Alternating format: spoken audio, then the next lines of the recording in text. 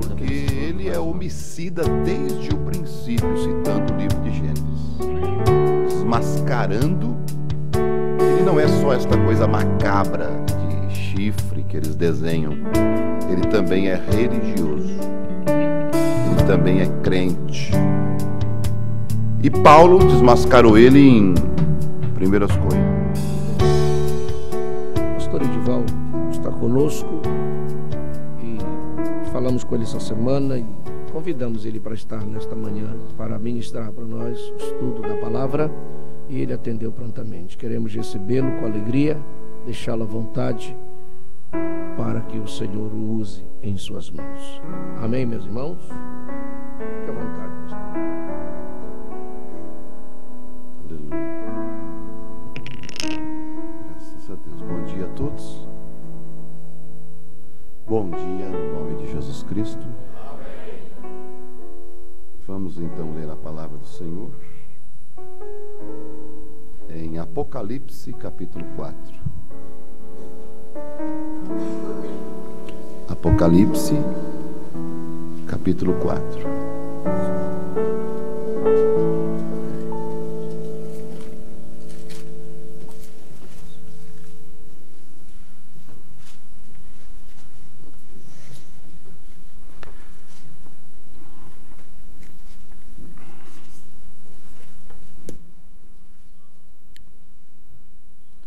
Depois destas coisas, olhei, e eis que estava uma porta aberta no céu.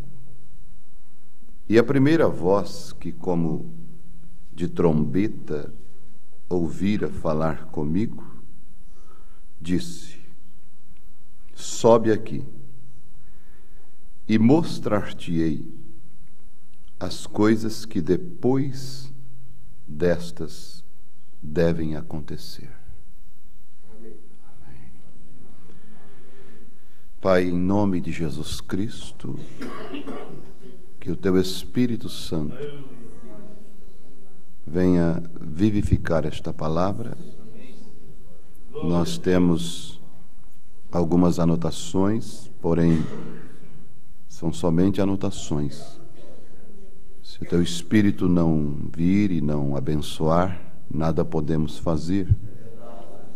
Somos completamente, inteiramente dependente do Senhor. O Senhor disse que sem ti nada podemos fazer. Então abençoa o teu povo. O Senhor sempre está a olhar pelo teu povo, pelos teus filhos, tuas ovelhas. Então usa-me em favor deles e glorifica o teu nome nesta manhã, pois oramos e pedimos em nome de Jesus Cristo. Amém. Podeis sentar.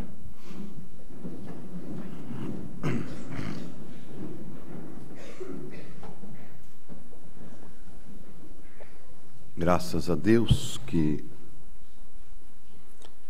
mais uma vez podemos nos reunir,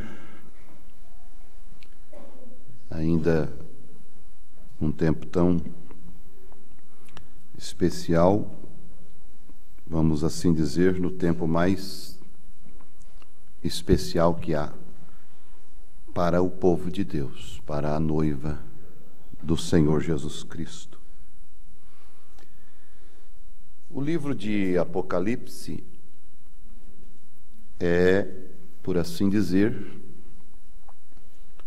um dos livros mais questionados. Depois, no Velho Testamento, temos o livro de Daniel, que é um dos livros também muito questionado. O livro de Daniel do Velho Testamento é, vamos dizer assim, é o Apocalipse, né, do Velho Testamento. O livro de Apocalipse chegou a ser tão questionado ao ponto de o povo dizer que não era para ser lido, porque quem lia ficava louco. foi assim? Porém, era tudo o diabo tentando assaltar as pessoas com um revólver de borracha. Porque começando o livro de Apocalipse, o capítulo 1, vocês vão ver já no versículo 1, a Bíblia diz revelação de Jesus Cristo. Quer dizer, não é a revelação de nenhuma outra pessoa, a não ser a pessoa de Deus, né? E quando João escreve o versículo 3, então ele já vem e diz: bem-aventurado aqueles que leem e ouvem as palavras desta profecia. Quer dizer, não fica louco quem lê, é bem-aventurado, é feliz quem lê, né? Então tudo isso era Satanás tentando tirar a atenção de algo que era muito bom, porque ele sabia que ele ia ser desmascarado. Ele odeia 2 livros, principalmente na Bíblia: Gênesis e Apocalipse. Gênesis porque revela a sua semente, a semente da serpente, conforme Apocalipse 20, e Satanás, ali no versículo 2, né? E Satanás, a antiga serpente, né? O diabo, Satanás, a antiga serpente, quando ele foi amarrado. Então, ele tem realmente muito ódio, e Gênesis vem da palavra gens, que quer dizer semente, princípio. Ele odeia, desmascara a sua origem, a sua semente, a sua ação, como ele entrou na raça humana, para matar, para roubar e para destruir. Jesus fez menção dele nos fariseus, dizendo: vocês têm por pai o diabo, e quereis satisfazer os desejos de vosso pai, porque ele é homicida desde o princípio, citando o livro de Gênesis, desmascarando que ele não é só esta coisa macabra de chifre que eles desenham, ele também é religioso, ele também é crente. E Paulo desmascarou ele em 1 Coríntios, 2 Coríntios, quando ele diz que Lúcifer se transfigura em anjo de luz e em apóstolo de justiça. Então, e o livro de Apocalipse mostra o seu fim. Ele sendo jogado no lago de fogo, em Apocalipse, eu creio que é 20, versículo 14, quando ele é lançado no lago de fogo, o qual é a segunda morte, né? Ele, o falso profeta, e a morte e o inferno, né, foram lançados no lago de fogo. Esta é a segunda morte. E aqui nós vemos o julgamento e o inferno e Lúcifer e tudo. E no versículo 10 de Apocalipse 20 diz assim: e o diabo que os enganava foi lançado no lago de fogo e enxofre, onde estão a besta e o falso profeta, e de dia e de noite serão atormentados para todo sempre. Então ele odeia isto, mostra o seu fim, revela o seu final. Não adianta, ele está destinado a isto. Agora, nós sabemos, meus queridos, que em Apocalipse capítulo primeiro tem duas partes dele. Primeiro é a revelação de Jesus Cristo. Depois, do versículo 9, nós temos a visão de Patmos, que João disse que estava lá por causa da palavra de Deus, por causa do testemunho de Jesus Cristo. E ali ele é arrebatado em espírito no dia do Senhor, no versículo 10. Quando ele é arrebatado no dia do Senhor, esse dia não é o dia de sábado, como ensinam os adventistas, nem o domingo, como ensinam os católicos. Esse dia é exatamente aquilo que Jesus Cristo falou quando, depois da ressurreição, depois deles terem comido, e Jesus disse para Pedro: Pedro, tu me amas? E ele disse: eu te amo. E por 3 vezes Jesus fez isso para Pedro, e então depois eles seguiram, e Jesus disse: então, vai e apacenta as minhas ovelhas. E Jesus então disse: olha, Pedro, eu quero te dizer uma coisa para ti. Quando tu eras mais novo, tu te cingia e tudo mais, mas quando tu ficar velho, não vai ser assim. Falando de que morte Pedro iria ter. Aí eles saem caminhando, o Pedro disse assim: e destes? E deste? Era João que vinha vindo atrás. O que será dele? Assim, o que é que tu queres? O que é que tu tens com isso? Se eu quero que ele fique até que eu venha. Quando ele disse isso, como? João vai ficar até que o Senhor venha? Saiu uma doutrina entre os apóstolos que João não ia morrer. Não é isso que está escrito? Só que aqui estava se cumprindo exatamente aquilo que Jesus Cristo tinha dito. Ele é arrebatado em espírito no dia do Senhor, neste dia, no nosso dia, no dia da sua vinda, vendo exatamente o que está acontecendo, o Apocalipse, porque ele estava sendo arrebatado em espírito. E aqui o profeta chega a dizer que esta é a plenitude da vida cristã, viver no espírito. Paulo disse que nós devemos viver em espírito e não cumpriremos a vontade da carne. Aí o irmão Brando diz que temos que orar no espírito, e se quisermos receber alguma coisa, vai ter que ser no espírito. Precisamos entrar no espírito primeiro. E o mundo entra fácil no espírito, não entra? Eles entram no espírito tanto que eles se vestem de acordo com aquele espírito que está atuando. É assim ou não é? Eles enfeitam a casa de acordo com aquele espírito que está atuando.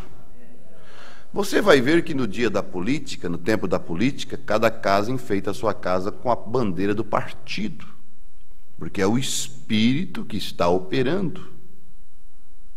Se veste com a camisa do partido.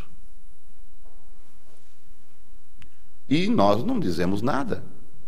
Ninguém fala, ninguém critica. Tudo bem, é o time deles. Agora, na Copa do Mundo, eles enfeitam o carro com a bandeira do Brasil, eles enfeitam de verde e amarelo a casa, eles se vestem com a camisa do Neymar, do ídolo do jogador. Eles estão naquele espírito. Mas se uma irmã bota uma saia longa porque está naquele espírito, já é motivo de crítica. Se uma irmã deixa o cabelo crescer porque está no espírito da palavra, é motivo de crítica. Quer dizer, eles podem entrar no espírito, nós não. Quando entramos no espírito, se vestimos do jeito que está movendo o nosso espírito. Eles se vestem do jeito que está movendo o espírito deles. Futebol, o craque, o ídolo deles. Nós se vestimos como exatamente a palavra ordena e manda. Porque é o nosso Deus. é o nosso Salvador. Não é assim? E eles estão naquele espírito sendo movidos, e o espírito leva eles a se vestir diferente do costume. É assim ou não é? Porque eles não se vestem assim. No serviço é bonezinho da seleção, no serviço é roupa da seleção, no serviço é camisa da seleção, porque estão no espírito. E nós não podemos, no nosso espírito, porque somos criticados. Nós estamos no espírito não só numa época, nós estamos sempre nesse espírito. Porque é esse espírito que nos governa, é esse espírito que nos coordena, que está sobre nós. Não é o espírito do futebol, não é o espírito da política, é o Espírito Santo. Então, vê-se que é uma questão de estado de espírito, de unção. E qual é a unção que está te acompanhando? Se eles têm a unção do Bob Marley, né? Eles se vestem igual a ele. Aquele preto, aquele vermelho e aquele cabelo sem lavar. Se elas estão no espírito da Madonna, elas ficam loiras que nem ela. Se eles estão no espírito do Neymar, eles cortam o cabelo igual ao Neymar. Não é assim? E se nós estamos no espírito de Cristo?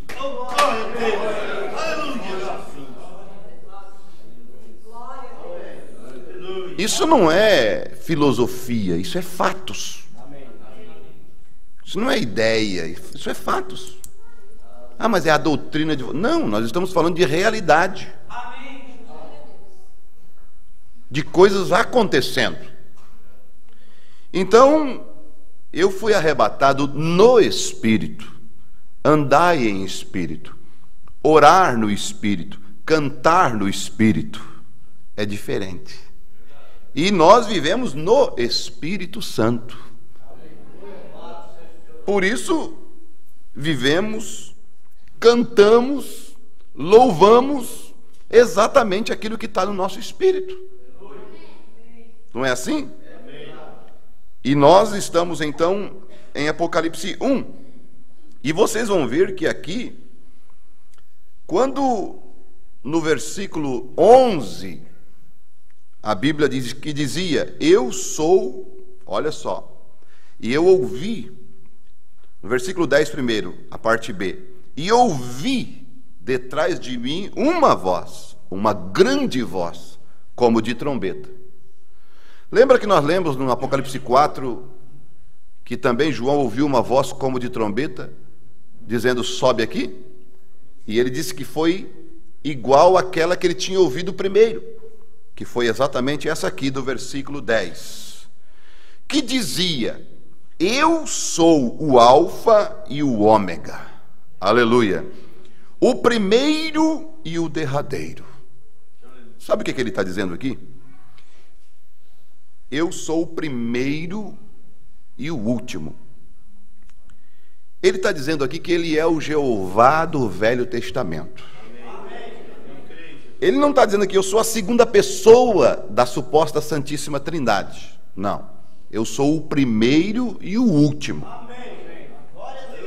Quer dizer, eu sou o Alfa, a primeira letra do alfabeto grego, e o Ômega, a última.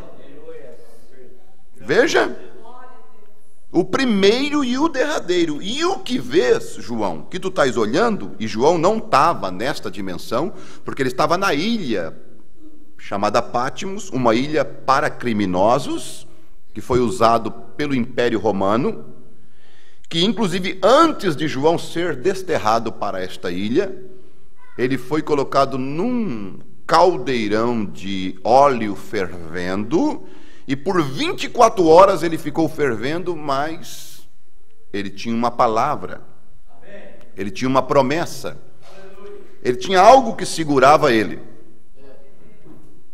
O que tu queres, se eu quero que ele fique até que eu venha? Era a palavra de Jesus.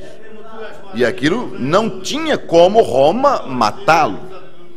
Não tinha como Roma eliminá-lo. A palavra de Deus tinha saído.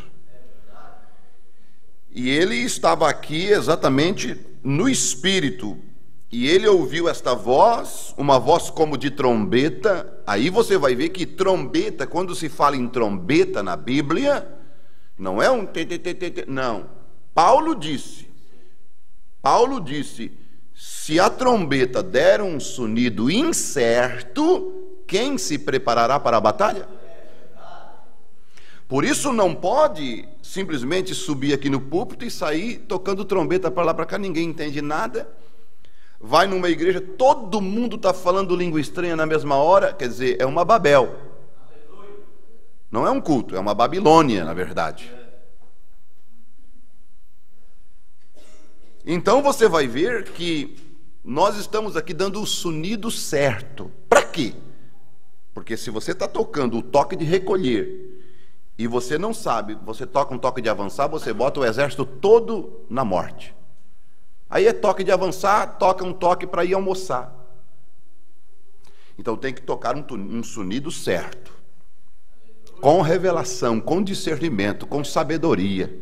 Porque você está guiando um exército, está liderando um exército. E o toque da trombeta é diferenciado pelo ouvido do soldado. E ele é guiado não por uma voz, mas por um toque. E aqui nós estamos sendo guiados por uma trombeta. E essa trombeta é a voz de Deus. E se ela diz vai, nós vamos. Se ela diz para, nós paramos. Porque nós entendemos o seu sonido. Então, o que tu vês, escreve-o num livro. Está aqui ou não está?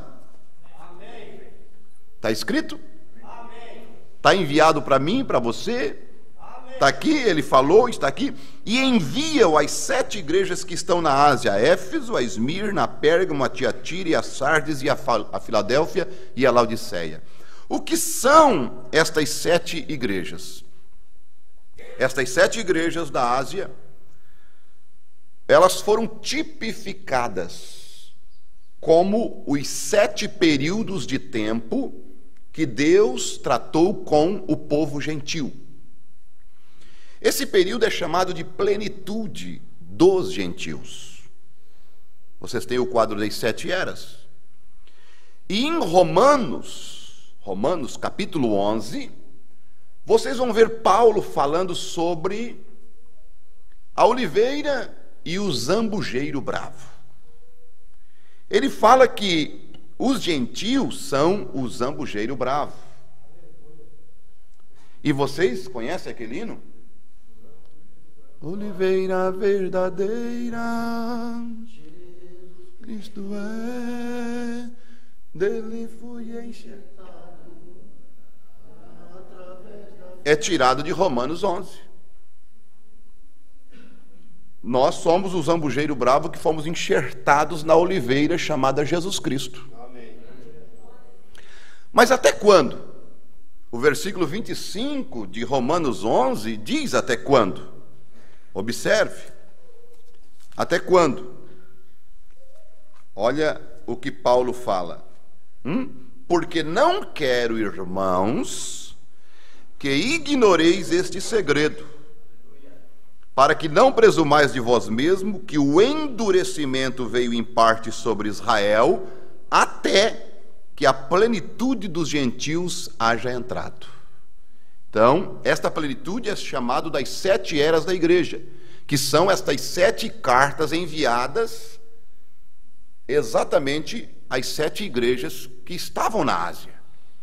Porque cada igreja e cada cidade daquela representava um período de tempo da igreja de Jesus Cristo na terra. E nós estamos em que período? Exatamente no último período, no período de Laodiceia. E vocês vão ver que o período de Laodiceia, quando é escrito a carta de Laodiceia, é escrito sem nenhum elogio. Você já ouviu aquele hino que eu sou Filadélfia e tudo mais? Aquele hino da ninfa e cálita, né? Filadélfia, Filadélfia, né? tirado daquela carta como uma igreja, porque Filadélfia foi a era pentecostal, foi a era da porta aberta, foi a era das missões, que já passou. E hoje eles estão vivendo de fogos do passado. E Laodiceia, vocês vão ver que ela vem e diz, a igreja diz, eu sou rica, estou enriquecida e de nada tenho falta. E existe uma era mais rica do que a nossa? Existe igreja pobre hoje em dia? São tudo rica. Palacetes, grandes catedrais. Não tem mais missãozinha de esquina, em lona, embaixo de árvore, e as pessoas jogando pedra, e o delegado tem que ir lá correr para defender. Não existe mais.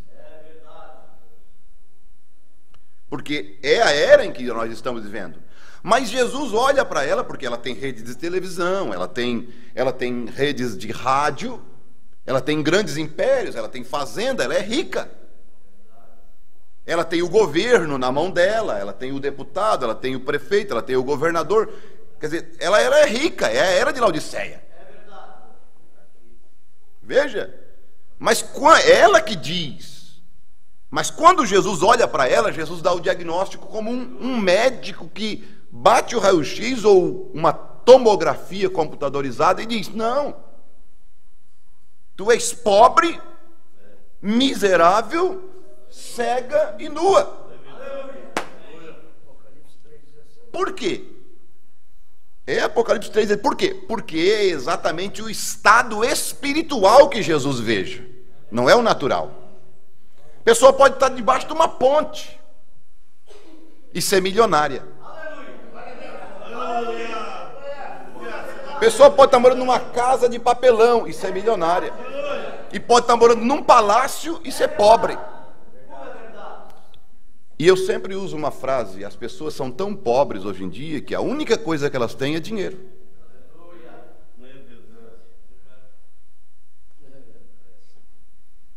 Só isso. Não que é errado ter. Não estou dizendo isso. Eu estou falando do estado, porque você pode ter, como Salomão tinha, como Abraão tinha, mas olha a vida espiritual deles. Deus não vai olhar, Deus não vai medir você pelo Cadillac que você anda, pela caminhonete que você anda, nem pela roupa que você anda, se ela é de grife ou não. Deus vai medir você pelo teu estado espiritual. Nos Estados Unidos e no nosso Brasil hoje, as igrejas infundiram no povo uma ideia de que a vida espiritual é medida pelo carro que você tem, pela casa que você tem e pela conta no banco que você tem. Nos Estados Unidos era pela frota de Cadillac que se chegava na igreja. Era medida a vida espiritual da pessoa. Mas Deus não olha assim. Deus olhou a era de Laodiceia nesta condição e disse, tu és pobre, miserável, cega e nua. E eu aconselho, quer dizer, Deus deu um conselho para ela nesse tempo. Eu aconselho que de mim compres ouro provado no fogo. Agora, sabe-se como que era provado o ouro?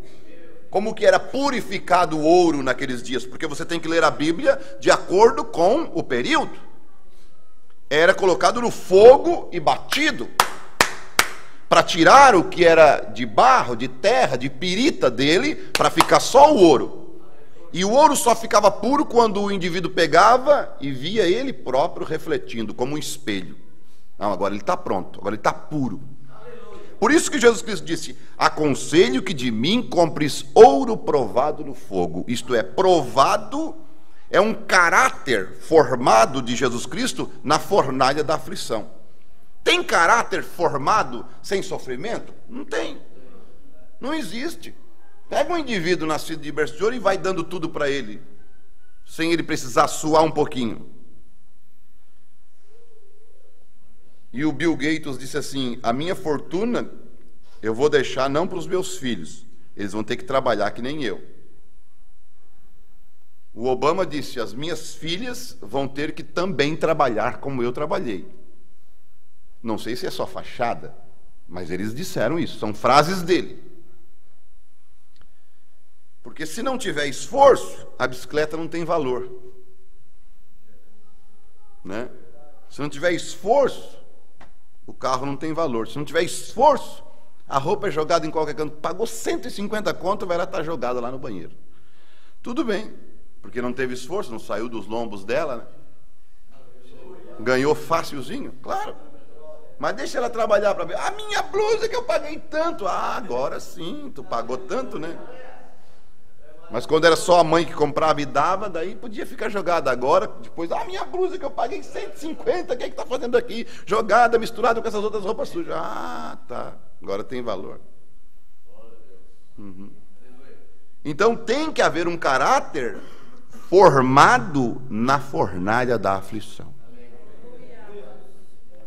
Entende? Aconselho que de mim compres ouro provado. E você, a noiva, ela acatou esse conselho de Deus nesse tempo, porque Deus estava falando nesta era através de um profeta.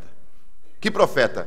O anjo. Você vai ver no versículo 14 de Apocalipse 3, ao anjo que está em... Este anjo ali não é um anjo de asa. Anjo, a palavra anjo quer dizer mensageiro. Um mensageiro, um profeta, para a era, mostrando para a igreja exatamente a condição dela. Por isso que eles rejeitam a mensagem de William Branham, porque ela diz exatamente o estado das pessoas. Mas não era ele, era Deus dizendo o diagnóstico da igreja, mas também aconselhando: ó, vocês têm que ir por aqui. Porque o verdadeiro Pai, o verdadeiro Deus, o verdadeiro Senhor, Ele não só corrige, mas Ele aconselha, Ele mostra o certo. Não adianta eu dizer: aquilo está errado, irmã, não corta, mas por que não cortar? Irmã, não usa essa calça, mas por que não usar? Quer dizer, Ele diz que está errado, mas Ele também diz: ó, o certo é isso aqui. Não, vocês estão errados aqui, mas vocês têm que fazer isto, isso, isso. Vocês comprem ouro provado de mim, na fornalha da aflição. Vocês... Aconselho que de mim compres ouro provado no fogo, colírio para que unjas os teus olhos e vejam. E o colírio é o Espírito Santo para ungir os olhos do entendimento, porque as pessoas podem estar olhando diretamente em Jesus e não vê-lo.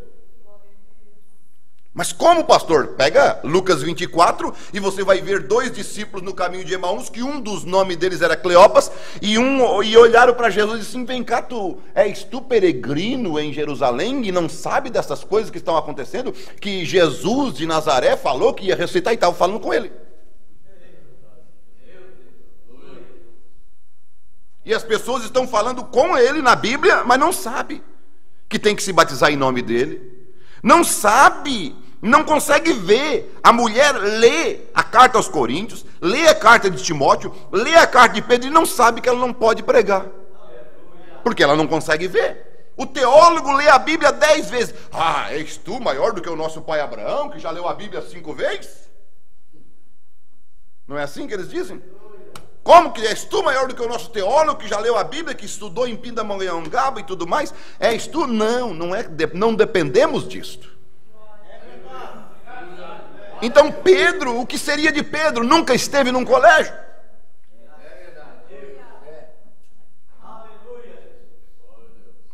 Mas veja o homem que Pedro foi. Não estou ensinando ignorância, não, mas vocês têm que entender que espiritualidade não depende de questão de você estudar num seminário, pegar um canudo, não depende disso. Isto é bom. Para isso depende o quê? Do teu sucesso profissional, aí depende. Mas o teu sucesso espiritual depende da joelhologia, depende da tua comunhão com Deus, depende de Deus pingar o colírio dele na tua vista, depende dele abrir o teu entendimento. Aleluia. Lucas 24, 45. E abriu-lhes o entendimento para compreenderem as Escrituras. Como você compreende isso hoje? Foi você que estudou? Não. Eu não estudei, eu tenho a 7ª série, nunca fui a um seminário, nunca cursei teologia, mas ó, irmãos, é a sua graça, é o seu amor, é a sua compaixão, é a sua bondade, é o colírio pingado do Espírito Santo nos olhos para abrir, para dar entendimento. Os teólogos olham lá no Jardim do Éden e dizem, foi uma maçã que Eva comeu. Não está escrito em nenhum lugar na Bíblia que foi uma maçã. Veja. E então você vai ver: aconselho que de mim compres ouro provado no fogo, colírio para que unjas os teus olhos e veja, e vestes brancas para que cubra a vergonha da tua nudez. Por isso que a era de Laodiceia está nua.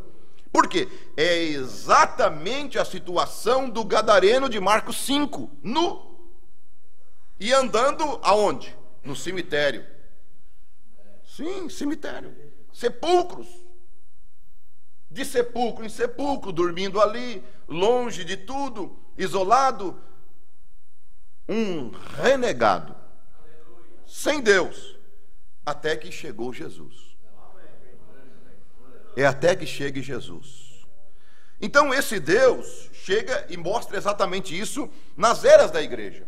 Aí quando nós vimos terminando a era da igreja, quando ele diz no versículo 20 do capítulo 3, eis que eu estou à porta e bato. Se alguém ouvir a minha voz, mas como é que você vai ouvir a voz de Deus hoje? Como você está ouvindo aqui nesta manhã? Através desta mensagem, ela é a voz de Deus para mim e para você. Se alguém ouvir a minha voz, eu não conheço o timbre da voz de Jesus, eu não conheço o sotaque dele.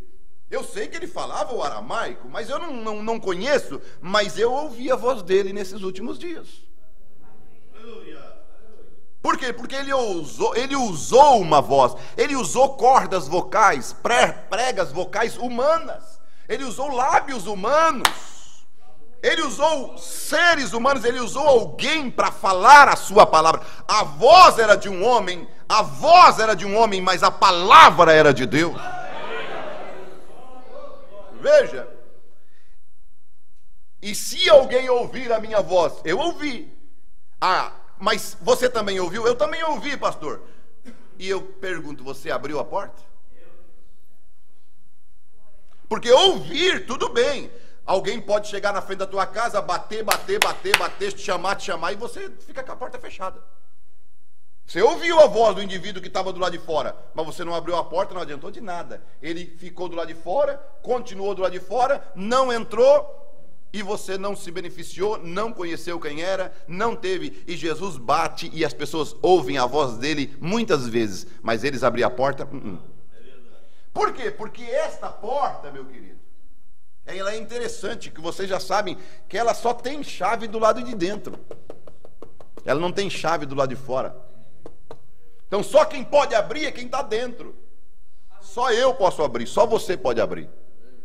E ela é a porta também da era, a porta da igreja, a porta do mundo religioso. Como assim? Que fechou, quer dizer, a porta dos gideões, a porta dos grandes movimentos denominacionais que tem no mundo hoje, que estão abrindo a porta, sabe para quem? Para o Vaticano, para Roma, para as doutrinas de Roma, menos para a palavra. Menos para Jesus. Eles abrem a porta para o deputado, para o prefeito, para o governador. Eles abrem a porta para a política, mas para a palavra não. Por quê? Porque a política vai bater nas costas dele, vai dar um chequezinho para eles, certo? O Vaticano vai chamar eles de abençoados, mas a palavra vai corrigi-los. Por isso eles não querem a palavra, eles não querem o evangelho. Jesus foi expulso da sinagoga, gente. Foi expulso da própria igreja que estava estabelecida para ser a igreja que adoraria a Ele. Eles estavam cantando o Salmo 22 na sinagoga. Deus meu, por que me desamparaste? E estavam crucificando o Deus do Salmo 22. Eles hoje estão cantando hinos nas igrejas e eles estão crucificando aquele mesmo Deus o qual eles estão cantando hinos. Aí você vê, irmão, a gratidão que você deveria ter em relação a Deus, que pingou o seu colírio no teu olho. Você pode enxergar, você pode ver, você pode estar olhando para Jesus Cristo e vê-lo como o único Deus verdadeiro.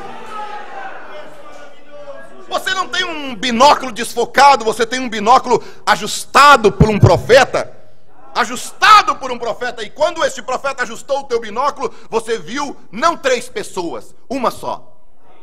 Não trindade, um único Deus verdadeiro, que tem um nome, Senhor Jesus Cristo. Aí quando no versículo 21, né, aí ele estabelece, ele termina quase, porque vem o versículo 22, ao que vencer, ao que vencer lhe concederei que se assente comigo no meu trono, assim como eu venci e me assentei com meu Pai no meu trono. Agora eles dizem assim, Jesus está num trono e o Pai no outro. Como? Tem 2 tronos no céu? Aqui está dizendo o contrário, ele disse que sentou no trono do Pai. Agora é um sentado no colo do outro? Não. Trono não é cadeira no céu. Trono é poder, trono é autoridade. O deputado está lá em Criciúma, mas ele tem uma cadeira em Brasília.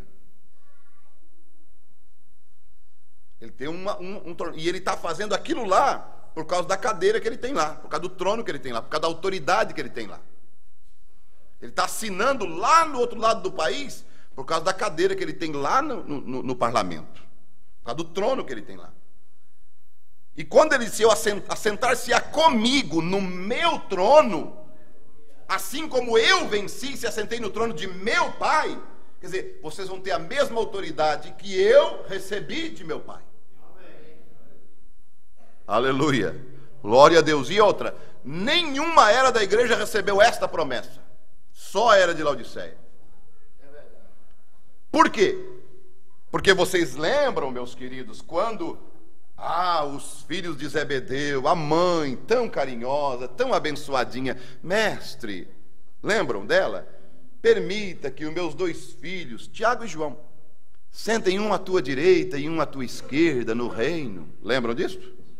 Aí o que Jesus Cristo disse? Não, isso não compete a mim, mas já está estabelecido. É para quem foi preparado. O que Jesus estava dizendo? Não é para vocês. Isso está preparado para um povo da última era da igreja. Quer dizer, já está reservado, essa cadeira já está reservada, esse lugar já está separado. É para um povo que vai vencer, não vai vencer leão, eles não vão vencer fogueira, eles não vão vencer no físico, eles vão vencer no espírito. A guerra deles não vai ser contra carne e sangue, como foi na era de Tiatira, como foi na era de Esmirna. Não foi. Como foi na era de Pérgamo, eles não vão vencer na carne, eles não vão enfrentar leão, eles não vão enfrentar imperador, eles vão enfrentar, a guerra deles não vai ser contra carne e sangue, a guerra deles vai ser contra hostes espirituais da maldade. A briga deles vai ser contra demônios, que vai tirar a roupa das mulheres e deixar elas nuas. Eu vou jogar eles numa arena pior do que a arena de leão. Eu vou jogar eles numa arena pior do que fogueira de Roma. Eu vou jogar eles numa arena pior do que espada, pior do que machado de cortar cabeça. Não, eles vão ficar vivos e eles vão ficar numa fogueira, numa arena em que eles vão ter que resistir às tentações. E vai ser muito maior o galardão deles, porque é muito fácil você ir ali e dizer, eu não nego a Jesus, e eles te cortar a cabeça e você está pronto, está livre.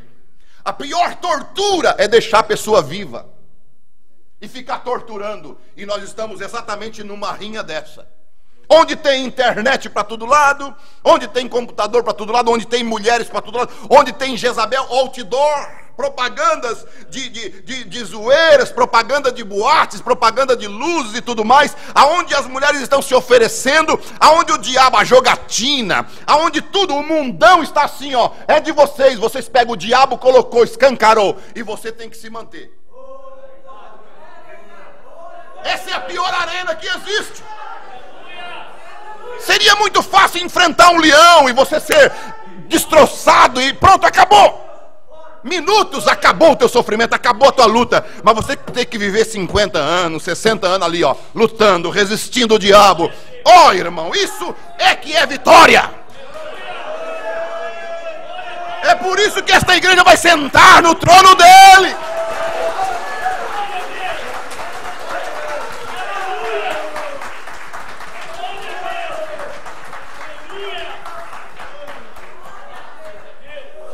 Você pode até me dizer assim, mas pastor, é tão forte assim? Bom, biblicamente,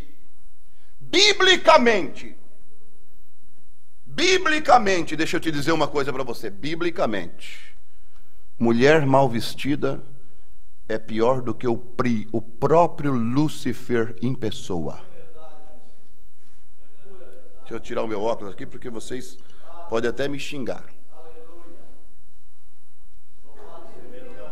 Pedro disse assim: quando vocês encontrar o diabo, resistir o diabo e ele fugirá de vocês.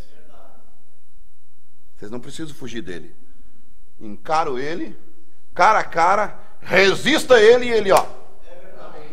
Mas quando vocês encontrar uma mulher mal vestida, se oferecendo, foge dela. Ele diz: fugir da prostituição.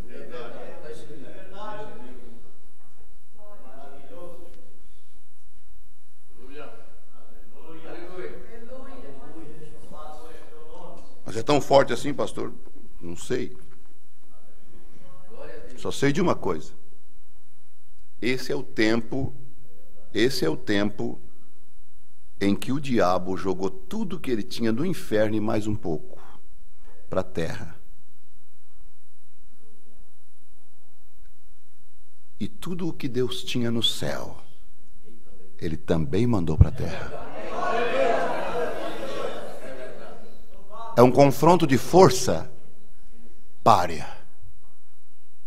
Não é desproporcional. É um confronto, é um cabo de guerra proporcional.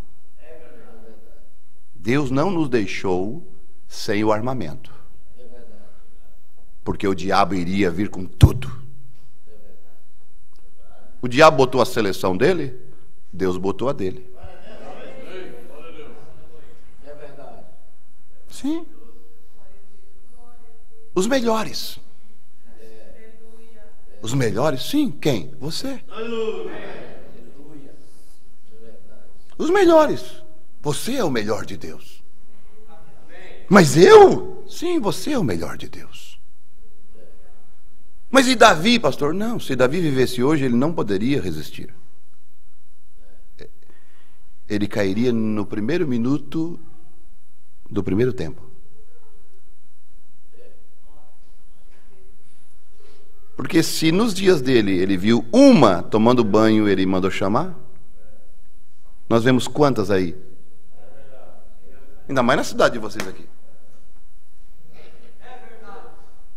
Então ele não serviria para cá. Teria que ser você. Teria que ser você que olhasse e disse: não.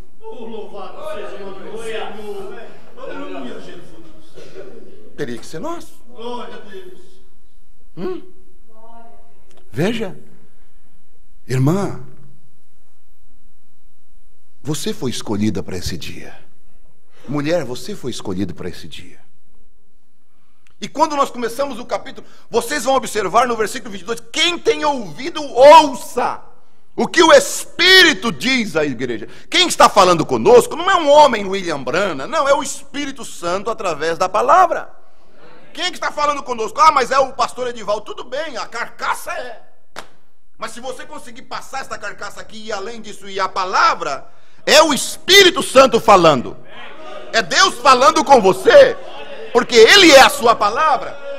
Irmão, Elias era sujeito às mesmas paixões que nós. Tiago capítulo 5, versículo 16, 17, 18, 19, você vai ver a Bíblia dizendo claramente que Elias era sujeito às mesmas paixões que nós, mas orou e então não choveu, e ele orou de novo e choveu. O que ele quis dizer? Olha, Elias, ele era um homem que não era um super-homem, que não era isso, não, ele não era um anjo que veio do céu especialmente, ele não foi feito de outro material, não, ele nasceu que nem você nasceu, ele nasceu que nem eu nasci, ele comeu o que eu comia, ele viveu uma vida normal, ele enfrentou problema como eu enfrentei, mas ele, quando falou, não chova, não era ele, era Deus. Quando ele falou chova, não era Elias, era Deus. Então nós temos que saber que o Espírito Santo está nesta era atuando numa igreja chamada noiva de Jesus Cristo. E quando termina então o que? Depois destas coisas, é aonde eu quero chegar, esse é o meu tema. Depois destas coisas.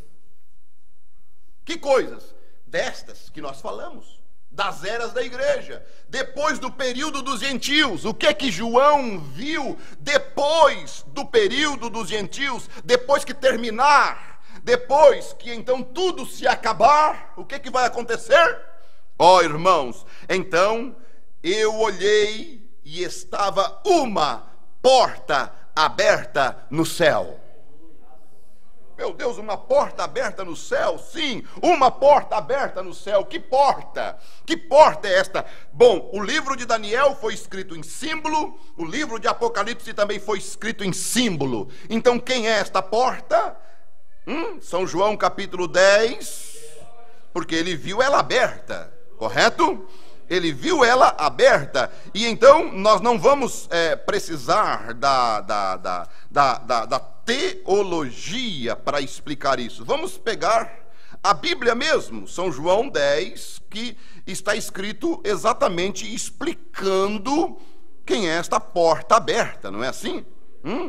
E eu vou pegar aqui, irmãos, o capítulo de São João 10 e vou falar. Vou ler assim os primeiros versículos para mostrar para vocês quando Jesus falou assim e as pessoas não entenderam, não compreenderam, porque elas estavam muito na carne, sabe, muito no natural. E então Jesus disse assim, ó, na verdade vos digo que aquele que não entra pela porta no curral das ovelhas, mas sobe por outra parte, é ladrão e salteador. Aquele, porém, que entra pela porta é o pastor das ovelhas.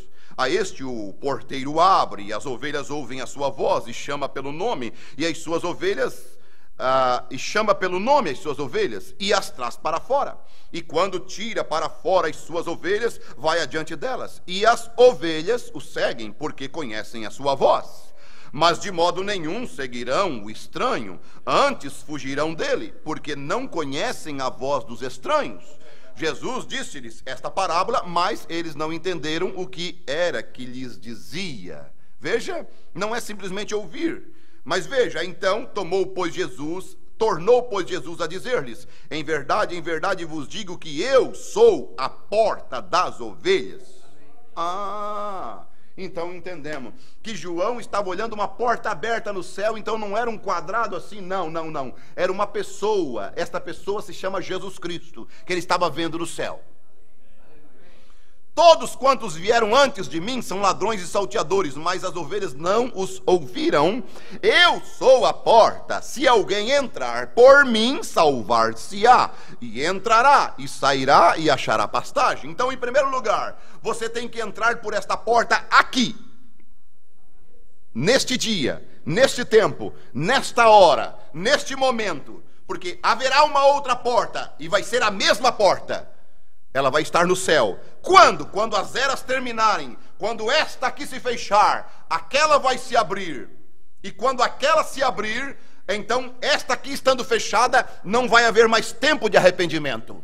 Então nós estaremos o quê? Depois destas coisas, depois das eras da igreja terminarem, nós estaremos indo ao arrebatamento, isto é, entrando por uma porta eterna nos céus. Mas porta, pastor?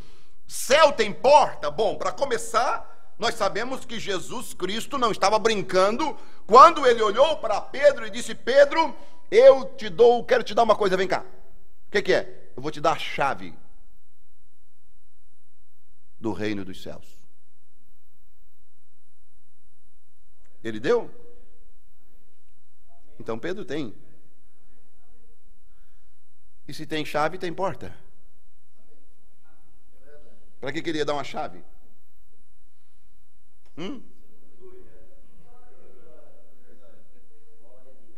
Chave sem porta? Onde é que eu vou botar essa chave aqui? Usar onde? Jesus não estava brincando. Havia alguma coisa. E vocês sabem que quem se levantou em Atos capítulo 2? Para os samaritanos, Atos capítulo 8? Pedro. e João. Atos capítulo 10, para os gentios, Pedro. Para os judeus, para os samaritanos e para os gentios, Pedro. Porque ele tinha a chave. Para abrir o quê? A porta do evangelho. Jesus disse, na era de Filadélfia, eis que eu tenho posto uma porta aberta diante de ti. E a porta que eu abro ninguém fecha, e a porta que eu fecho ninguém abre. Veja, em Gênesis capítulo 28, quando o Jacó sai da casa do pai, e ele passa na cidade chamada Luz, e então ali ele dorme, ele passa a noite. Ele estava cansado, ele pega uma pedra, ele não tem um travesseiro, ele deita para dormir, e ele tem uma visão de noite. E a visão tem uma escada que ela toca da terra até os céus, e ele veja anjos subindo e descendo. E ele se acorda, e no versículo 17 ele diz assim: e temeu e disse, quão terrível é este lugar, este não é outro lugar senão a casa de Deus, esta é a porta dos céus. Ele conseguiu ver a porta dos céus em um lugar, lá na montanha, lá na cidade de Luz, e aquele lugar depois ele chamou Betel, que quer dizer casa de Deus, e era exatamente ali a porta dos céus. E esta porta dos céus, vocês sabem que não é uma fenda dimensional como o antigo chamado, quem conheceu o Triângulo das Bermudas? Vocês nunca ouviram falar? Já ouviram? Ah, bom, pelo menos então levantam, porque senão vocês vão me deixar mal, né? Que era uma fenda dimensional que sumia os navios, sumia os aviões. Não é isso. Essa porta é uma pessoa, é Jesus Cristo. Esta porta é a palavra. Porque Jesus é a palavra. Então você tem que entrar nele. Bom, e quando você entra nele, você está descansado. É Romanos 8, versículo 1. Nenhuma condenação há para os que estão em Cristo Jesus. Então você tem que entrar nele, ser batizado nele, mergulhado nele, imergido nele. E ele é a palavra. E se você quiser entrar por ele, você vai ter que entrar pela palavra. Se você quiser entrar pela janela, não vai dar. Quem entra pela janela é ladrão salteador. Mas ele disse, eu sou a porta, se alguém entrar por mim. Mas quem é esse Jesus? Quem é Jesus Cristo? São João 17, 17, santifica-os na verdade, a tua palavra é a verdade. São João 14, 6, eu sou a verdade. Então se ele é a verdade e a verdade é a palavra, ele é a palavra. São João 1, versículo 1, no princípio era o verbo, isto é, no princípio era a palavra. E no versículo 14, o verbo se fez carne, a palavra se fez carne. Então quem entrar por mim, quem entrar pela palavra, salvar-se-á. Não, mas eu sou membro da igreja tal, eu tenho a minha carteirinha. Joga essa carteirinha no lixo. Porque no céu não precisa de carteirinha. Tu tens um documento? Sim, eu também tenho um documento. Aleluia. E esse documento se chama Espírito Santo. Eu tenho uma carta. Não de recomendação como alguns de vós. Não, eu sou uma carta. Não, eu não tenho, eu sou ela. Aleluia. Se você não conseguir ler em mim a Bíblia, então você não vai ler em lugar nenhum. Mas o que estamos lendo nas pessoas hoje? Nada de Bíblia. Estamos lendo a doutrina da Igreja Testemunho de Jeová, a doutrina da Universal. Estamos lendo a doutrina da Assembleia de Deus. Estamos lendo a doutrina da igreja, não da Bíblia. Porque se você ler numa pessoa, numa irmã dessa, você vai ler 1 Coríntios 11. Você vai ler Timóteo 2. Se você ler num homem desse, você vai ler a palavra de Deus. Ele é a carta, ele é a expressão de Jesus na terra.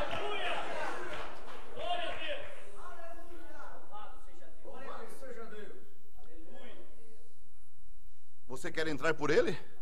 Como pode uma pessoa não querer entrar pela palavra? Eles não podem, por quê? Porque eles não querem a palavra. Eles querem entrar pela janela, e quem entra pela janela é ladrão salteador. Meu Deus, é aí aonde está a humildade. A humildade tua e a humildade minha. E ele veio exatamente exaltar os humildes. E quando você entra por esta porta, meus queridos, você não é uma coisa fácil. Sabe por quê? Porque é uma porta estreita. Abra comigo em Lucas 13.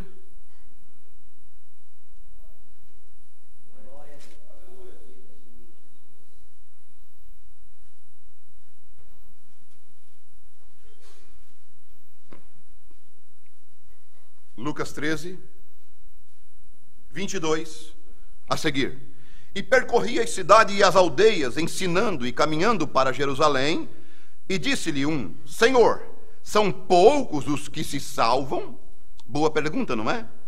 E ele lhe respondeu: porfiai por entrar pela porta estreita. Porfiai é procurar, né? É? Forçar, se esforçar, é isto? Então, porfiai por entrar pela porta estreita, porque eu vos digo que muitos procurarão entrar e não poderão. Querem, eles desejam, eu quero, eu desejo, mas Romanos 9 não é para quem quer nem para quem corre, é para quem Deus mostra misericórdia. Quando eu leio e quando eu medito nessas coisas, eu digo: Senhor, muito obrigado, porque não era o meu querer, não é o teu querer, mas é o dele. Aleluia. Então, eles procurarão, e eles estão procurando, eles querem Jesus, eu não os condeno, eles estão procurando, eles estão querendo, eles batem numa porta, batem na outra, e uns vão até na macumbaria procurando uma porta, eles não querem o mal, eles querem salvação, eles querem vida eterna. Aquele jovem também disse: mestre, o que devo eu fazer para ter vida eterna? Ele foi na pessoa certa, mas infelizmente ele não quis entrar, porque a porta era muito estreita, ele tinha muita coisa para passar naquela porta, muita riqueza, muitos bens, muitos credos, muitos dogmas, muitas razões, muitas coisas, e ele não podia, ele dizia: não, mas eu tenho que levar tudo isso. Não, larga tudo, joga tudo. Você quer a vida eterna? Pelo amor de Deus, não é essas coisinhas que vai te impedir, gente. Você pode perder aqui, mas no futuro você terá a vida eterna. E deixa eu te dizer, se você perder uma coisa aqui, Deus te dá 10. Porque Deus nunca vai fazer mau negócio com você. Aquele que perder a sua vida por amor de mim, achá-la-á. Não adianta você ganhar o mundo inteiro e você perder a tua alma. O que adianta? Eu tenho trocado os meus 40 anos, meus amados, sabe por quê? Por uma vida eterna. Trocado os meus 40 anos de prazeres mundanos por uma vida eterna de glória com o Salvador Jesus Cristo. Não dá para trocar, meu amado. Esta vida suja, imunda, apodrecida da sociedade por uma vida de glória na eternidade. É claro, você vai dizer: mas eu vou perder os meus amigos, eu vou perder os meus colegas. Meu amado, deixa eu te dizer uma coisa: eu perdi falsos amigos. Eu perdi falsos amigos. Eu perdi falsos colegas. E graças a Deus que eu os perdi, porque eu achei verdadeiros amigos, verdadeiros colegas. Sim, eu perdi, mas perdi, e perdi realmente com prazer. Por quê? Porque eles estavam comigo enquanto eu estava com eles. Eles estavam comigo enquanto eu era amigo deles, enquanto eu estava numa boa. Mas depois que eu estava numa ruim, só se eu estivesse num caixão, daí eles iam lá jogar uma florzinha assim: ele era um bom rapaz. É sempre assim, eles só vão dizer que tu é um bom rapaz quando tiver no caixão. Mas se tu tiver com mosca na sarjeta bebendo cachaça, eles não são obrigados a te botar nas costas e te levar para a casa deles, para você dormir lá na cama deles. Não, eles não vão te fazer isso.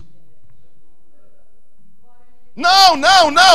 O dono do bar enche a cara do cachaceiro, enche a cara do pobre miserável do cachaceiro, e depois sabe o que ele faz? Empurra ele para fora do bar e bota ele dormir na rua. Pegou o dinheiro dele, encheu ele de cachaça e depois empurra ele para fora porque está infernizando o bar dele. A prostituta pega o dinheiro do indivíduo e depois manda, sem vergonhas, dar um fim nele. Amigos, esta amizade eu não quero nem por qualquer dinheiro no mundo. Não preciso desse tipo de amizade. Não preciso desse tipo de prazer. Sabe por quê? Eu tenho um lugar onde eu me divirto. Eu tenho um lugar onde eu sinto prazer. Eu tenho um lugar onde eu tenho verdadeiros amigos. Eu tenho uma família em casa. Eu tenho um lar em casa. Eu tenho filho em casa. Eu tenho filha em casa. Eu tenho esposa em casa. Eu tenho um lar. Eu tenho uma cama. Eu tenho um aconchego. Eu tenho alguém me esperando. Aleluia. E eu tenho prazer, eu tenho uma igreja, aleluia. Eu tenho irmãos, eu tenho mãe. Aonde eu chego eu tenho mãe. Aonde eu chego eu tenho pai. Aonde eu chego eu tenho irmão. E Jesus disse em São João capítulo 10, ó Pedro, fica descansado. Olha, ninguém que tenha perdido pai, que tenha deixado mãe, que tenha deixado irmão, que tenha deixado casa, que tenha deixado tudo por amor de mim, que não ganhe 100 vezes mais aqui. 100 vezes mais aqui, não é 10, é 100. Eu dei por baixo 10 vezes, é 100 vezes. Você já estava contente com 10? É 100, é 100 vezes mais aqui, e no porvir a vida eterna. Bom negócio? Boa troca? Depois destas coisas, depois disto que nós estamos passando, depois da luta, depois da prova, depois da dificuldade, depois do sofrimento, depois de você resistir o diabo, aleluia. Depois que o Davi venceu o Golias, depois que ele jogou por terra, ninguém queria enfrentá-lo, mas ele, é difícil às vezes a luta, não é? É difícil às vezes a prova, mas nenhum dos irmãos de Davi, que eram os grandalhão, ninguém recebeu aquele hino cantado pelas mulheres. Saul matou 1000, mas Davi matou 10.000. Saul matou 1000, mas Davi matou 10.000. Ei! E levavam ele, levantavam e jogavam para cima. E festa, claro. Ele lutou, ele enfrentou, ele batalhou, e quem luta ganha. Às vezes nós não queremos enfrentar um probleminha, uma dificuldade, uma luta na igreja, um problema em casa, um problema na família, um problema no trabalho. Irmão, enfrente e lute e batalhe e vença, e você vai sair do outro lado melhor. Você vai sair aclamado pelos anjos, aclamado pelos querubins, aclamado pelos serafins, e o próprio Deus batendo palma como um pai satisfeito de um filho que venceu.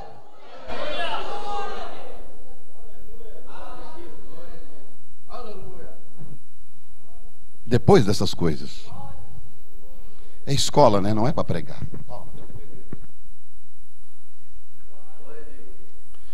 Às vezes eu esqueço, não tem escola lá, né?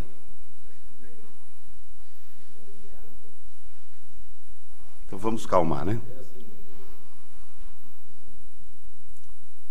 Mas é bom estarmos aqui. É bom. E vocês vão ver, depois dessas coisas, que porta aberta é esta. Um dia ela vai fechar. Um dia vai encerrar esta porta.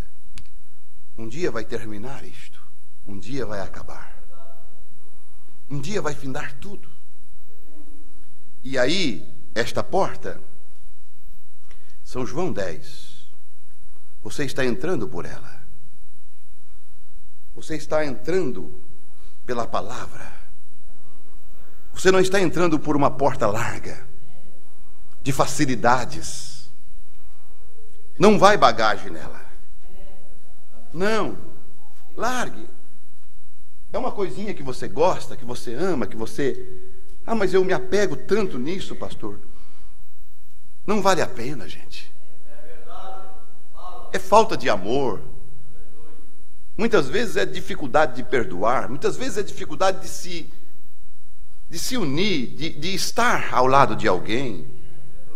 Não, você não vai conseguir chegar lá desse jeito. Deixe tudo. Razões, abandone. Essa minha razão só vai me prejudicar, vai esbarrar, eu não vou poder entrar nesta porta. Isso só vai servir de dificuldade para mim. Você vai ver que no Oriente, em Mateus 22, vocês vão ver exatamente Jesus fazendo aquela parábola. E então, ele convidou, e o noivo estava com a festa pronta. E no Oriente, quando se fazia um casamento, meus amados, o que acontecia? O noivo confeccionava 50 mudas de capas de vestimenta para dar para os convidados. A roupa quem dava era o noivo. Era chamado de vestimenta nupcial. E aí então De repente ele olha na festa lá, tem um camarada que não está vestido de acordo com a roupa que ele tinha dado. Ele vai lá e pergunta: mas como? Como é que tu entrou aqui? Pela janela? Porque pela porta não pode, porque quem entrou pela porta recebeu a vestimenta. Por onde você entrou? Pela janela, só pode. Peguem esse camarada, tirem ele daqui. Não tem como você entrar por um outro lado. Não, mas eu dou um jeitinho. Não, o brasileiro é cheio de jeitinho. Mas não pode se dar jeitinho com o céu. Eu me desdobro daqui, me desdobro dali. Não tem jeitinho, não é política. Você precisa entrar pela palavra de Deus. E às vezes nós queremos: não, mas eu vou dar um jeito, eu vou, né, me encrenquei lá, mas eu dou um jeitinho, eu mando um presente. Não vai resolver. Irmãos, nós precisamos baixar a cabeça e dizer assim: eu errei, eu falhei, eu nego a mim mesmo, eu me humilho. É para me abaixar? Então, é um lugar estreito? É. Não, orgulhoso não entra, exaltado não entra, não, soberbo não entra, não tem como, nariz empinado. Não. Os humildes serão exaltados, gente. Oh, que porta! Que porta! Quem é esta porta? Jesus Cristo. Um dia ela vai fechar, porque esta porta de Apocalipse 4 tem uma trombeta que chama estas pessoas para subir, para entrar nela. Apocalipse 4: e a voz como de trombeta que ouvira falar comigo, aquela de Apocalipse 1, versículo 9, aquela mesma, aquela que ele tinha ouvido, agora estava dizendo para ele: sobe aqui. Mas quem é que está ouvindo esta voz? Vamos ler. Quem é que está ouvindo esta voz? 1 Coríntios 15.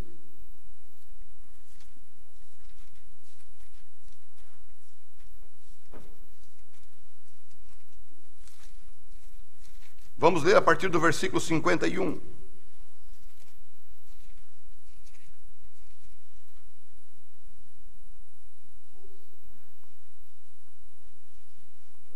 Porque você vai ter que entrar por esta aqui, mas agora eu estou falando daquela ali do rápido. E para entrar naquela ali, você tem que ouvir isto aqui. Você tem que ouvir a trombeta. Você tem que discernir a trombeta. Você tem que entender a trombeta. E essa trombeta está em Apocalipse 10, versículo 7. Mas nos dias da voz do sétimo anjo, quando ele tocar a sua trombeta, se cumprirá o segredo de Deus, o qual anunciou aos seus servos, os profetas. Esta trombeta você tem que ouvir, você tem que discernir, e esta trombeta é a voz do pastor. As minhas ovelhas ouvem a minha voz e elas me seguem, e eu sou a porta do rebanho. Quem entrar por mim salvar-se-á. E aí então, você ouvindo esta trombeta, versículo 51: eis aqui vos digo um mistério, na verdade nem todos dormiremos, mas todos seremos transformados. Arrebatamento. Oh irmãos, num momento, num abrir e fechar de olhos, ante a última trombeta. Aleluia. Porque a trombeta soará. Que trombeta? A mesma de Tessalonicenses, capítulo 4, versículo 16. E o mesmo Senhor descerá do céu com alarido, voz de arcanjo e trombeta de Deus. Como o mesmo Senhor descerá do céu com alarido? Oh irmãos, alarido, o que é um alarido? Alarido é um grande barulho, aleluia. Que barulho é esse? É exatamente o que está escrito: desperta tu que dormes, levanta-te dentre os mortos, que Cristo te esclarecerá. um barulho para te despertar, um barulho para te acordar. Oh, por quê? Porque você dormia no meio dos mortos. Mortos não podem levantar, mas quem dorme pode levantar. Mesmo estando ali no meio dos mortos, e nós estávamos no meio de uma geração pecaminosa, de uma geração imunda, que está morta, estávamos num cemitério, e ele tocou a sua trombeta, e os mortos não puderam levantar, mas quem estava dormindo ouviu. Estavam dormindo o sono do pecado, o sono da incredulidade, o sono distanciado de Deus. Mas Deus nos despertou com alarido. O que é este alarido? É esta mensagem que estamos pregando, para as pessoas ouvirem que o batismo trinitariano é do paganismo, que essas mulheres não podem estar subindo nos púlpitos imitando pastores, porque não são pastores.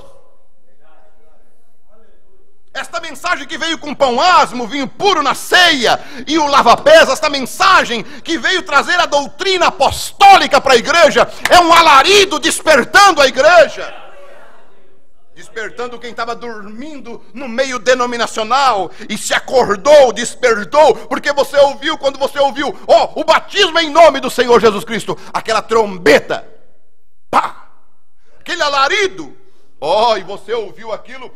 O mesmo Senhor descerá do céu com alarido, aleluia. Não é outra pessoa, não é outro, é o mesmo Senhor, com alarido, voz de arcanjo. A voz de arcanjo, o que é que vai acontecer com a voz de arcanjo? É aquela mesma voz, aquela voz que ecoou daqueles lábios daquele homenzinho, ali em São João capítulo 11, na beira do túmulo de Lázaro, que disse: Lázaro, sai para fora. A voz de ressurreição despertando aqueles que dormiram em Cristo.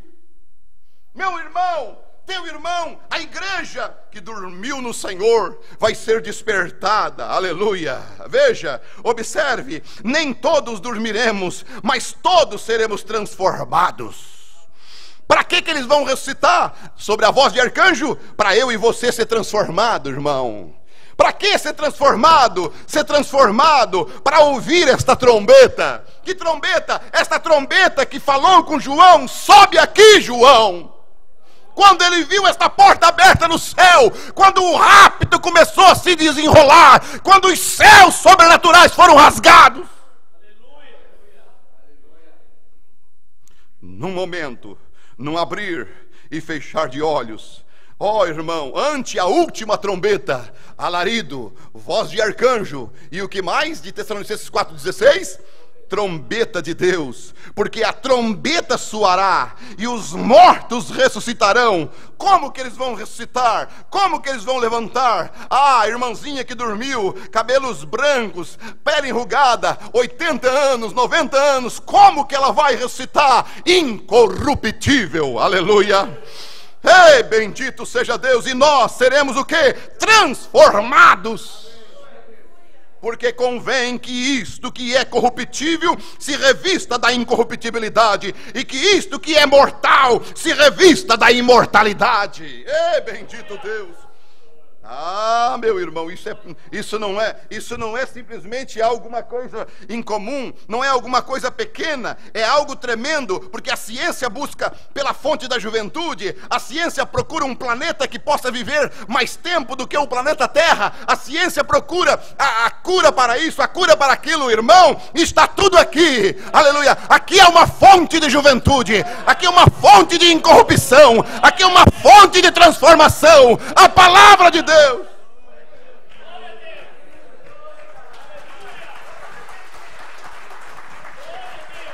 Aleluia. Eles querem o que você encontrou, mas eles não querem porque ela é muito simples.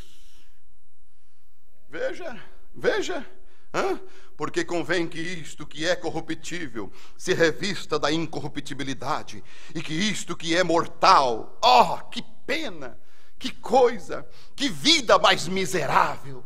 Isto que é mortal, dão um preço tão caro por isso, valorizam tanto esta carne, mas isto é mortal, isto vai se transformar, aleluia. Isto que é mortal se revista da imortalidade. precisamos de um revestimento, precisamos entrar por esta porta aqui, a porta da vida eterna. Quem entrar por esta porta, salvar-se-á, meu Deus. E quando isto,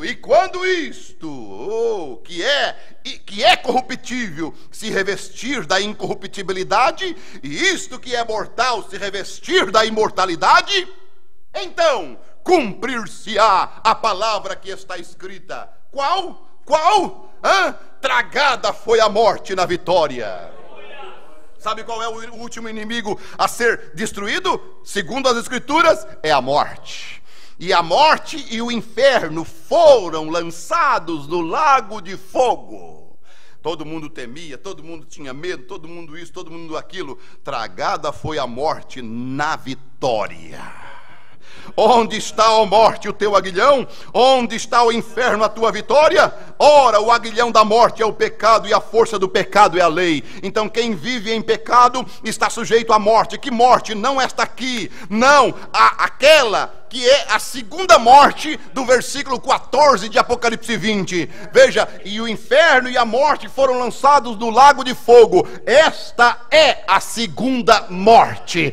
A morte tem domínio sobre aquelas pessoas. Por quê? Porque não receberam a vida eterna, porque não receberam o perdão dos pecados. É a única maneira de se livrar da morte, é tirar o pecado. Está com dor de cabeça? Tomei uma aspirina, melhorei. Tomei uma Neosaldina, melhorei. Tudo bem, você melhorou temporariamente. Mas e o que está causando essa dor de cabeça? Segundo o médico, é a pressão alta. Então não tome remédio para dor de cabeça, tome remédio para pressão.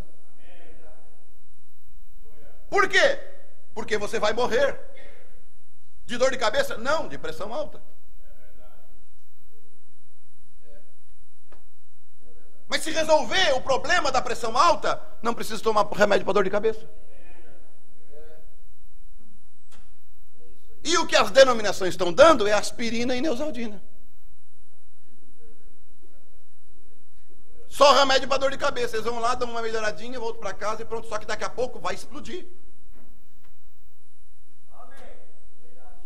Nós não tratamos a dor de cabeça, nós tratamos o problema que está causando a dor de cabeça. Porque esta mensagem é especialista.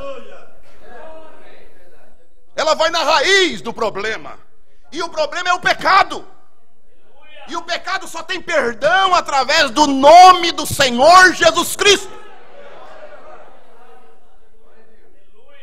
Atos 10, 43. Que coisa séria. Me dá nos nervos, sabe? Esse capeta nojento do inferno tenta roubar isso das pessoas. E nós estamos aqui para botar esse bicho para correr, porque ele tenta roubar esta fonte. Aqueles filisteus ao lado do poço que tinha água, e Davi estava com sede e ninguém podia chegar lá porque os filisteus cercaram o poço. E o diabo quer secar o poço da vida eterna.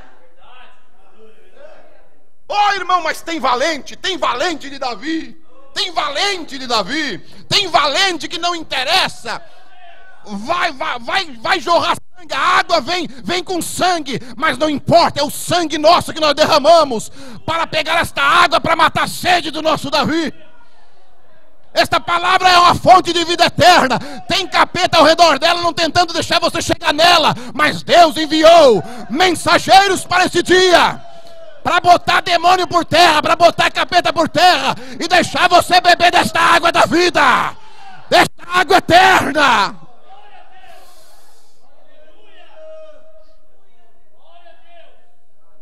Aleluia. Então não fique apavorado com esse espantalho que o diabo colocou, porque ele tem um revólver de borracha, um revólver de brinquedo. Sim, ele está desarmado. Ele está desarmado, ele foi desarmado na cruz. Cristo quebrou a espinha dele. A fonte de vida eterna é tua. Bebe desta água, igreja. Aqui tem a fonte de cura divina. Aqui tem a fonte de libertação. Aqui tem a fonte do poder de Deus para a tua vida. A estes dão testemunho todos os profetas de que todos os que nele creem receberão o perdão dos pecados pelo... Glória a Deus. 1 João 2,12. 1 João 2,12, o que diz? Filhinho, escrevo-vos porque pelo seu nome vos são perdoados os pecados. Aí as pessoas vão lá, me batizam, aí eu te batizo em nome do Pai, do Filho e do Espírito Santo. Pai tem monte, eu sou um, ele ali é um. Filho tem monte, eu sou um, aí tem vários. Não é nome filho e nem pai, não é nome. Não, em nome do Pai, do Filho e do Espírito Santo. Irmão, Pai, Filho e Espírito Santo é usado na macumbaria, na feitiçaria, em tudo quanto é lugar. Mas só tem um nome que perdoa pecado. Só tem um nome que expulsa demônio. Só tem um nome que cura divina, que transmite cura divina. E deixa eu te dizer, esse nome é um nome usado não por qualquer pessoa. Não. Sabe por quê? Muitos podem falar do meu nome, mencionar meu nome, e até venderem coisas como já venderam. O pastor Edivaldo também comprou. Se beneficiaram. Ah, se ele comprou, então ele é uma referência. Se beneficiaram. Mas só uma pode usar o meu nome. Se chama Terezinha Aparecida da Silva Pisoni. Só ela pode usá-lo lá na loja. Ali está a minha conta. Tu é esposa do senhor Edivaldo? Sim. Ah, então tá. Está autorizada. Eles podem usar o nome Jesus. Usam para se beneficiar, para ganhar dinheiro, para criar impérios.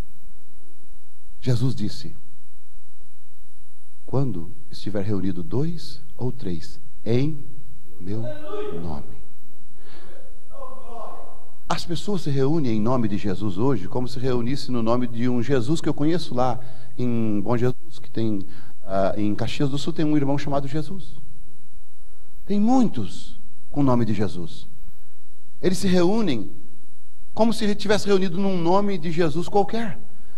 Mas a única que se reúne em nome do Senhor Jesus Cristo, com revelação.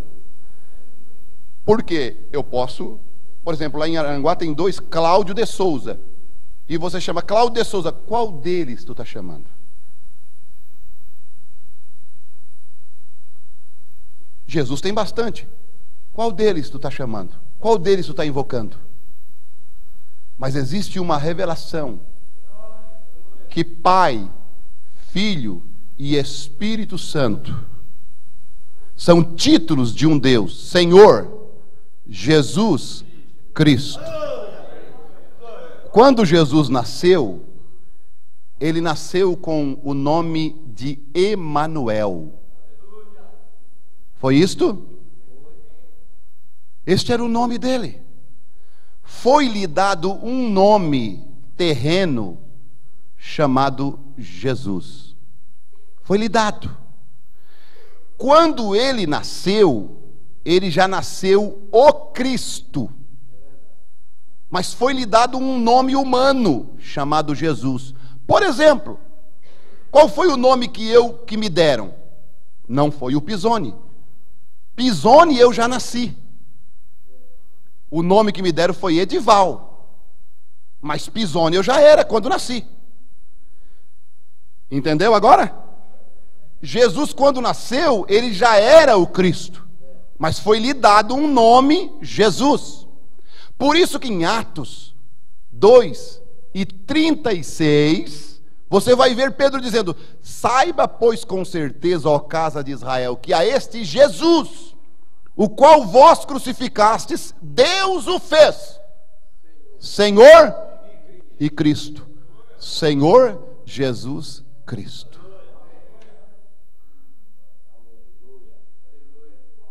E vocês vão ver que é este nome que foi usado em Atos capítulo 2, que é este nome que foi usado em Atos capítulo 3, que é este nome que Pedro orou em Atos capítulo 4, que é este nome que a sombra de Pedro curava em Atos capítulo 5. que foi neste nome que em Atos capítulo 6 a igreja se reuniu ministerialmente. Foi neste nome que em Atos 7 Estevão foi apedrejado. Foi neste nome em Atos 8 que Filipe evangelizava em Samaria. Foi esse nome que em Atos 9 o Saulo foi derrubado. Quem és? Foi nesse nome que em Atos 10 Pedro batizou a casa de Cornélio. Vamos parar. Se coloque de pé em nome de Jesus. Aleluia, 11h30, meu Pai. Tem Bíblia para nós ficar a semana inteira.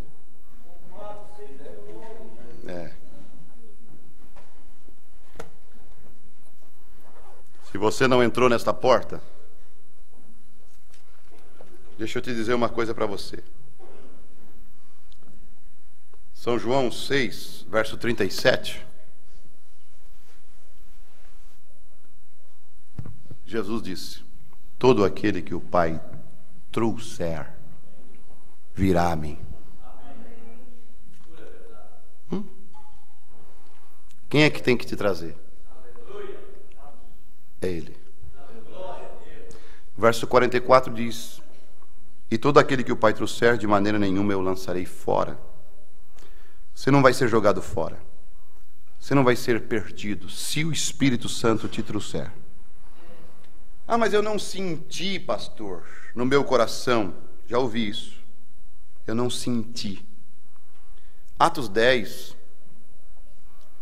versículo 9 e o 10, diz diferente. Bem diferente. E eu gosto de citar a Escritura, porque a palavra de Deus ela tem um poder. A saber, se com a tua boca confessares ao Senhor Jesus, e em teu coração sentires, é isto? Ah, creres. Eu não senti no meu coração. Não, mas não é se tu sentiu, é se tu creu. Conseguiu crer? Aí está o segredo. É isto? A saber, se com a tua boca confessares ao Senhor Jesus e em teu coração creres que Deus o ressuscitou dentre os mortos, será salvo. Visto que com o coração se sente. Não. Nem dor no teu coração tu não sente. Eu estou com uma dor no coração. Não, não tem dor no coração. Quando tu sentir dor no coração, tu já era. Eu não senti aquele negócio de sentir, arrepiaço e tudo. Não, esquece disto. Ninguém vai. Tem gente que não sente arrepiaço.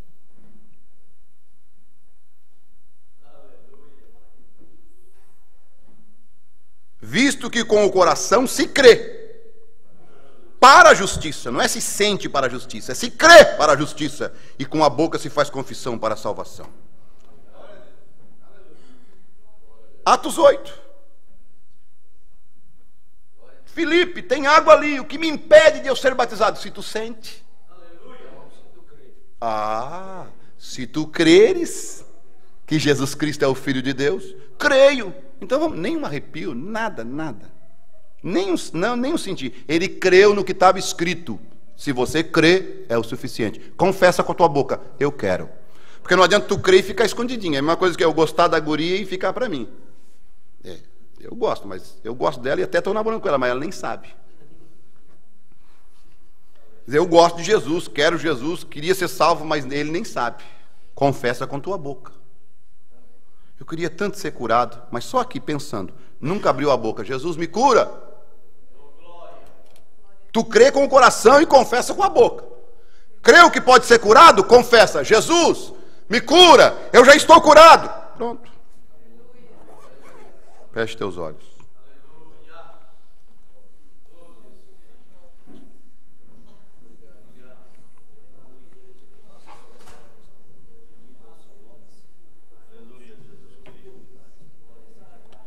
Aleluia. Glória a Deus.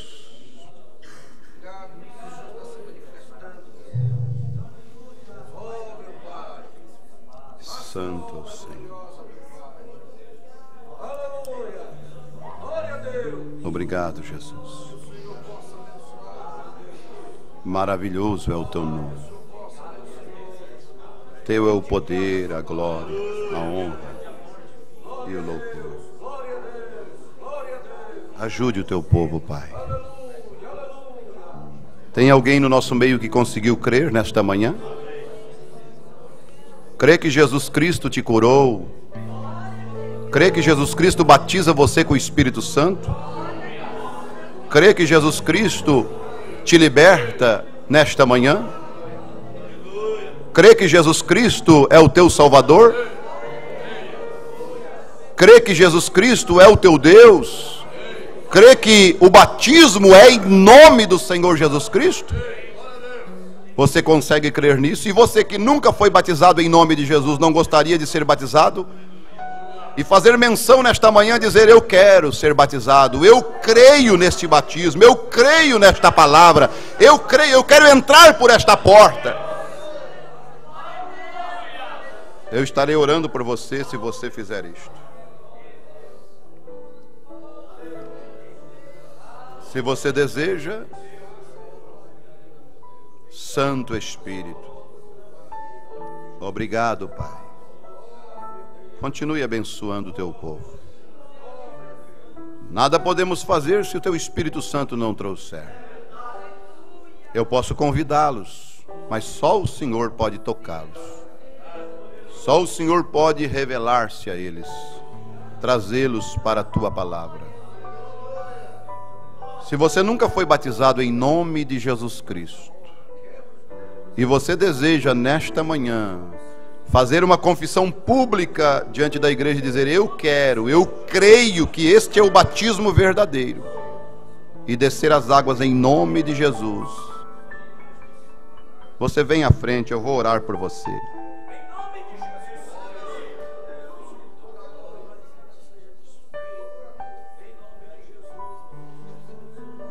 Jesus já te perdoou.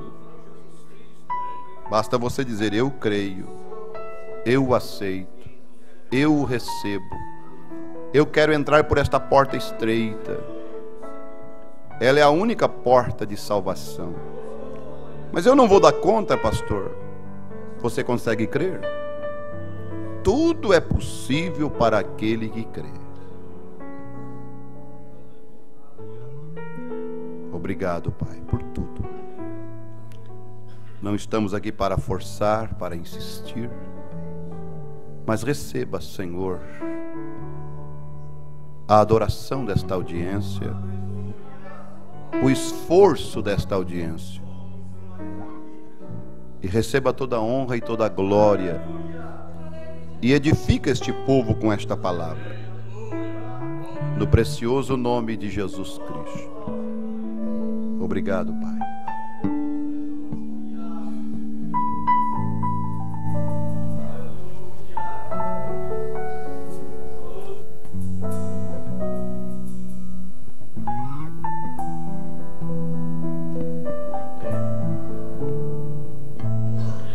Graças a Deus.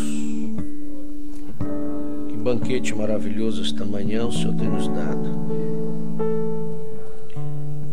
Ele sabia que nós estaríamos aqui e precisaríamos disto.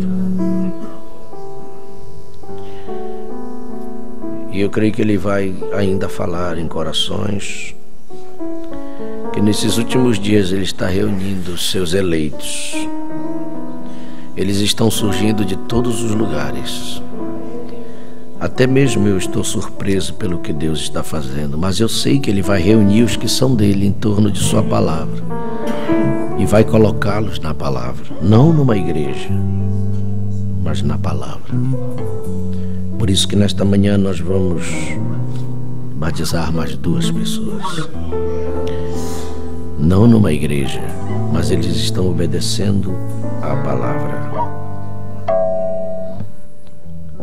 Mi maior.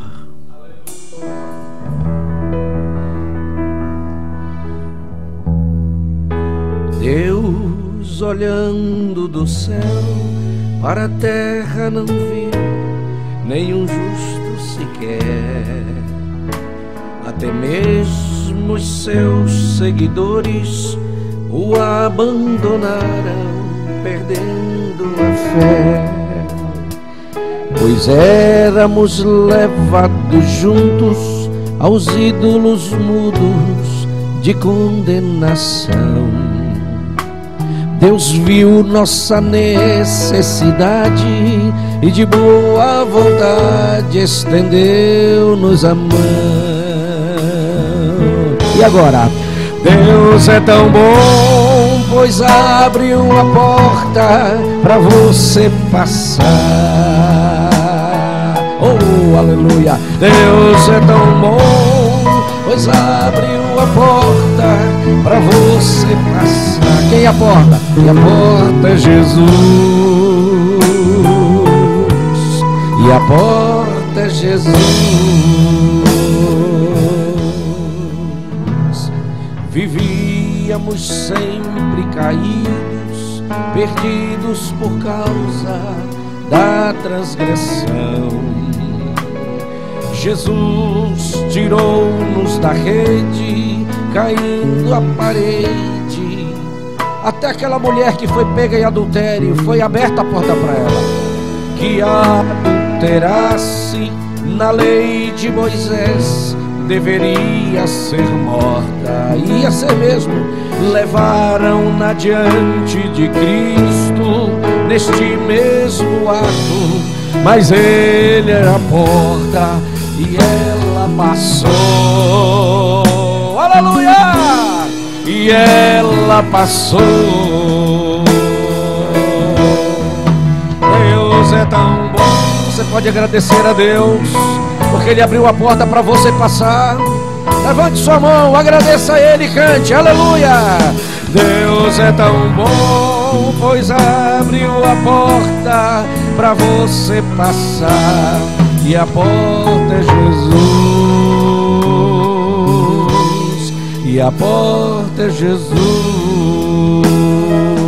Deus é tão bom, Deus é tão bom.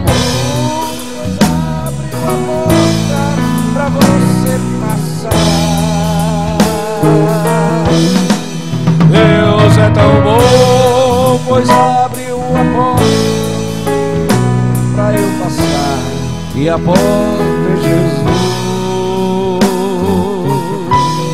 E a porta é Jesus.